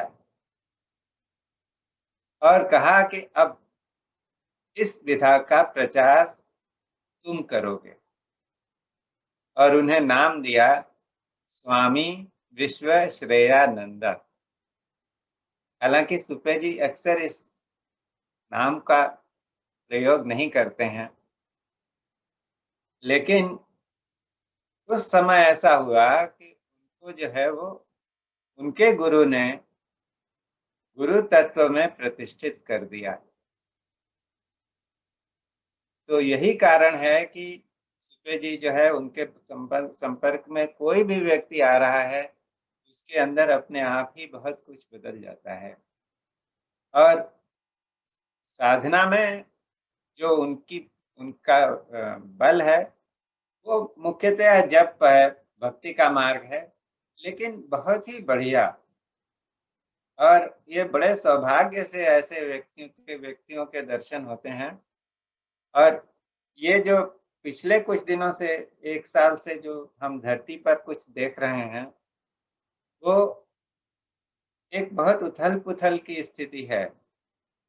और सुपे जी एक साल पहले ही मौन में चले गए, और वो मौन दिसंबर महीने में, इसी महीने में, आज शायद अंत में टूटने वाला है। तो जो व्यक्ति इतने दिनों तक मौन में रहेगा, जब वो बोलेगा तो उसके शब्दों में कैसी शक्ति होगी, कैसी अथाह शक्ति होगी, इसकी हम सिर्फ कल्पना ही कर सकते हैं। और मेरा विश्वास है कि सुपे जी एक बहुत महान उद्देश्य के कारण उन्होंने ये शरीर धारण किया हुआ है, जिसके सबको पता बाद में चलने वाला है। तो क्योंकि सुपे जी का जिक्र आया, तो इसलिए मैंने सोचा ये बता दूं आप लोगों को। हम थोड़ी देर के लिए ध्यान करेंगे, आज ज़्यादा समय नहीं है। तो एक प्रयोग ऐसा कर सकते हैं कि हम खुली आंखों से ध्यान करें। तो आंखें आप खुली रखें। बहुत ज़्यादा खोलने की आवश्यकता नहीं है, हल्के से, लेकिन आंखें खुली हों, ताकि पूर्ण सजगता, जब आंखें खुली होती हैं तो हमारे अंदर पूर्ण सजगता बनती है। आंखें बंद कर लेते हैं तो स्वच्छंदता होती है कि इधर से उधर भाग जाएं, सो जाएं, लेकिन खुली आंखों से सोने की स्वच्छंदता नहीं मिलती। तो आंखें खुली रखें और अपने शरीर को सहज भाव से संतुलन की स्थिति में आने दें।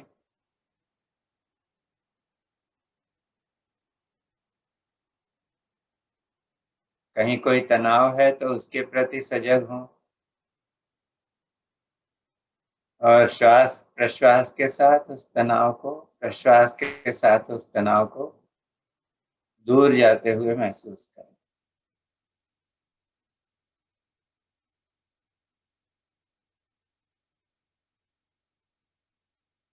अपने चेहरे की जो मसल्स हैं उनको रिलैक्स हो जाने दें।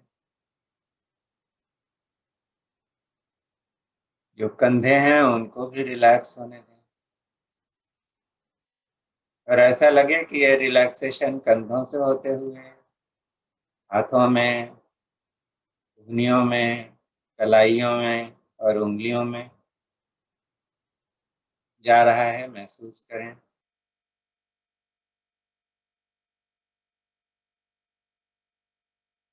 जो श्वास प्रश्वास है उसको पूरी तरह से महसूस करें। देखें कि श्वास अंदर आती है तो किस तरह से आपकी छाती को भरती है, नीचे उतरती है तो पेट में किस तरह से एक पेट फूल जाता है, लेकिन उस फूलने के साथ साथ उस पेट में एक तरलता, एक मुलायमियत भी आती है।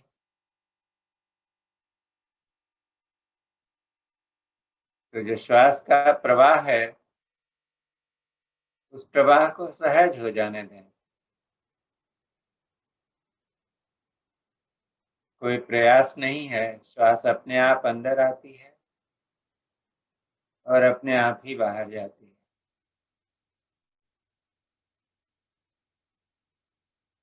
स्पर्श के प्रति सचेत हों।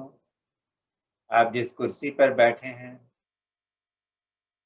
वहां पर आपके कूल्हों के बीच में और कुर्सी के बीच में क्या संपर्क है। आपके हाथ गोद में रखे हैं तो हाथों और शरीर के बीच में क्या संपर्क है।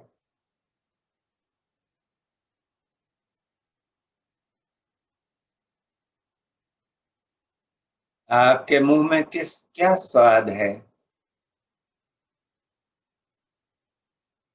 स्वाद के प्रति सचेत हों।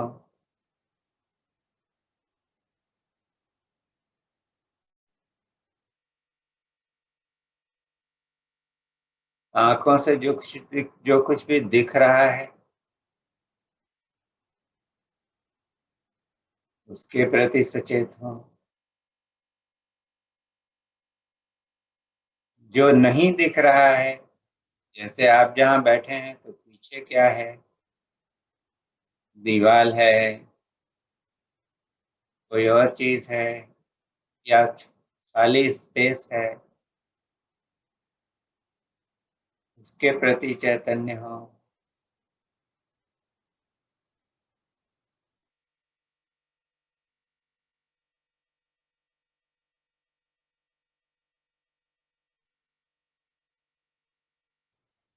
नासिका में कोई गंध है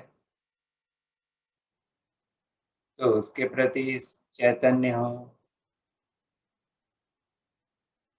और कुछ नहीं तो जो श्वास आ रही है और जा रही है तो उसके प्रवेश के समय और उसके बाहर जाने के समय नासिका में जो अनुभूति हो रही है उसके प्रति चैतन्य हो।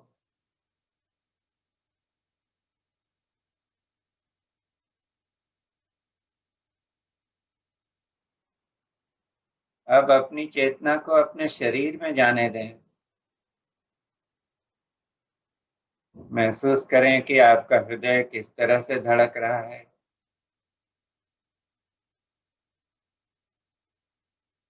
रक्त जो है वो धमनियों में किस तरह से दौड़ रहा है।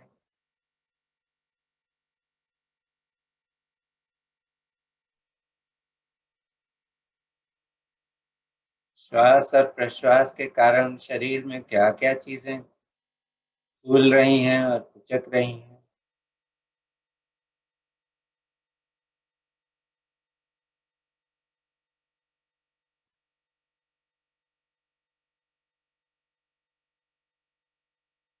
प्राण के प्रति सचेत हों।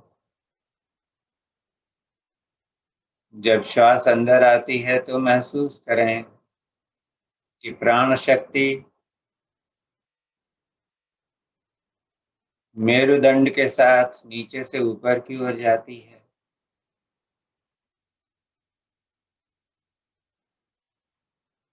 और जब श्वास छोड़ें तो महसूस करें कि यह प्राण शक्ति आपके आज्ञा चक्र में जा रही है।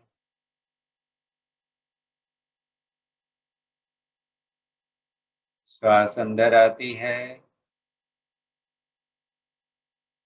प्रश्वास बाहर जाती है।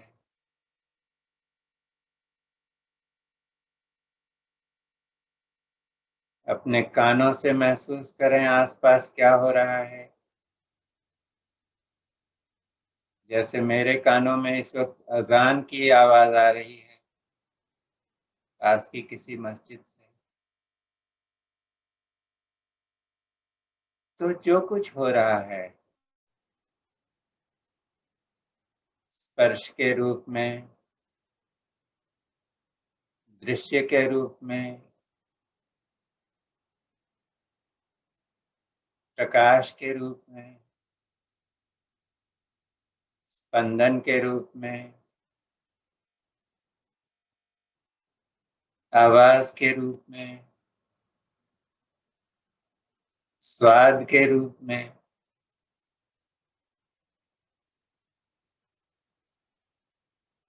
उसके प्रति सजग रहें।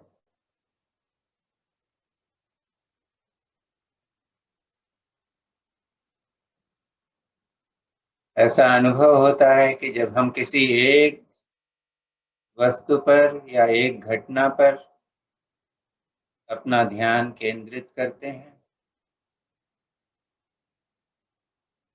तो हमारी चेतना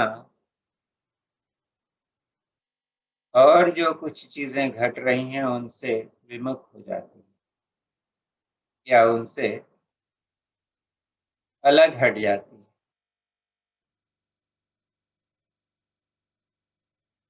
लेकिन अपनी चेतना को पूरी तरह से फैलने दें।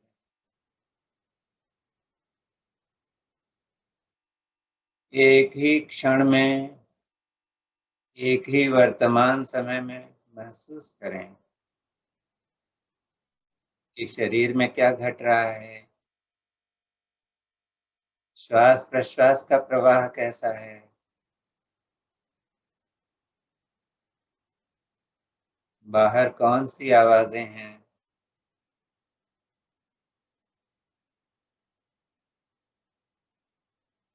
स्पर्श की इंद्रिय हमें क्या क्या सूचना दे रही है।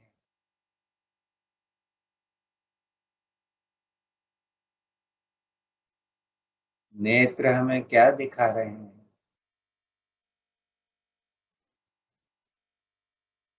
कान हमें क्या सुनाते हैं। जिह्वा पर क्या स्वाद है।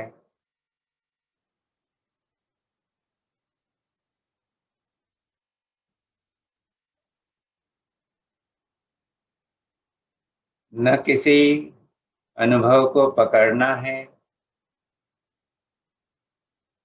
न किसी को छोड़ना है, न कोई राग है, न कोई क्लेश है। निरपेक्ष भाव से सब कुछ, सबके प्रति चैतन्य रहना है।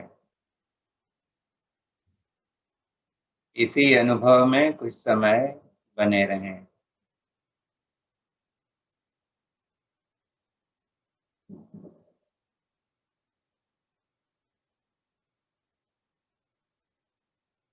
अपनी चेतना को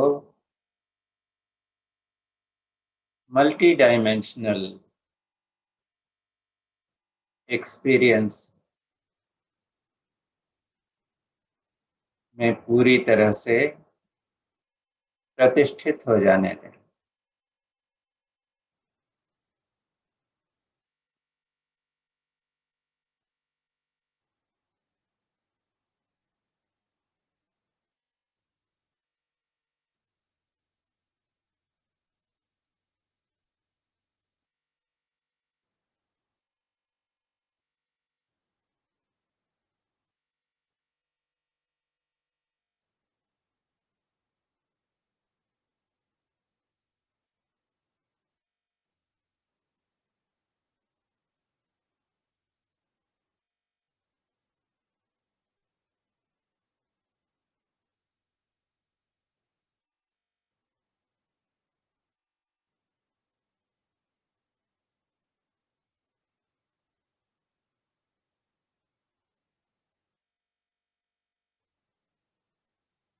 जिस चीज का भी अनुभव हो,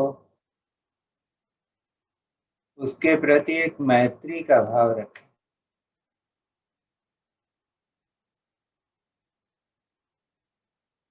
मैत्री में हम कुछ पकड़ते नहीं और कुछ छोड़ते भी नहीं।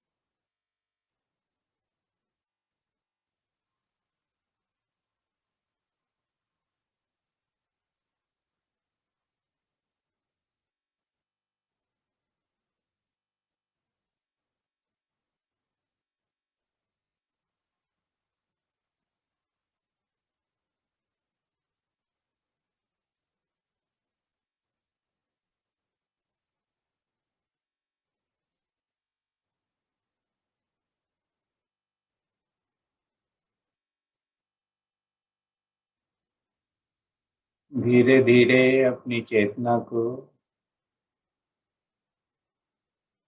बाहर से फिर अपने शरीर में समेट लें। शरीर के अंदर क्या स्पंदन है उनको महसूस करें। श्वास प्रश्वास के प्रति पूरी तरह चैतन्य हो।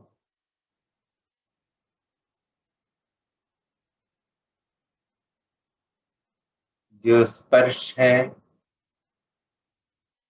वो कहाँ पर और क्या महसूस हो रहा है उसके प्रति चैतन्य होते चले जाएं।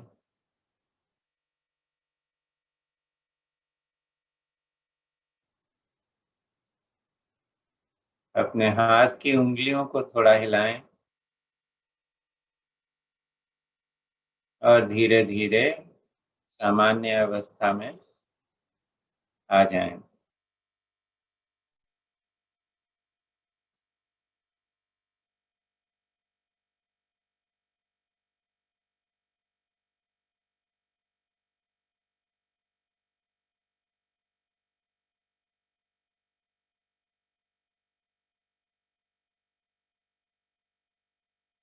ये एक प्रयोग था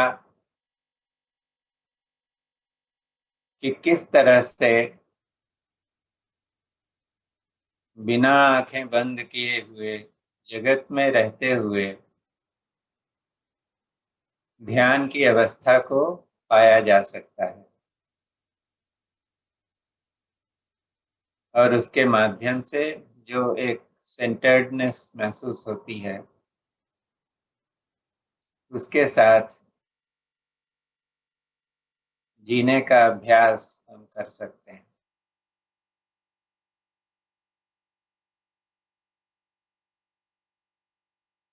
मैं देखता हूँ कुछ लोग अभी भी ध्यान में हैं, धीरे धीरे वापस आए।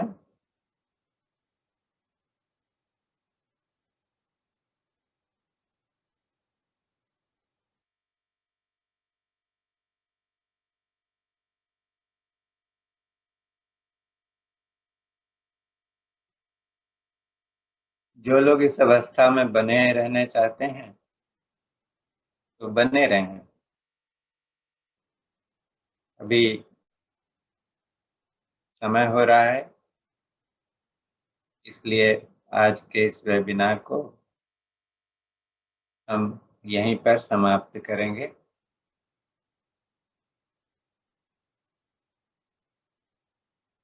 ओम सहना भवतु सहनौ भुनक्तु सह वीर्यं करवावहै तेजस्विनावधीतमस्तु मा विद्विषावहै। ओम शांति शांति शांति। सद्गुरुनाथ महाराज की जय।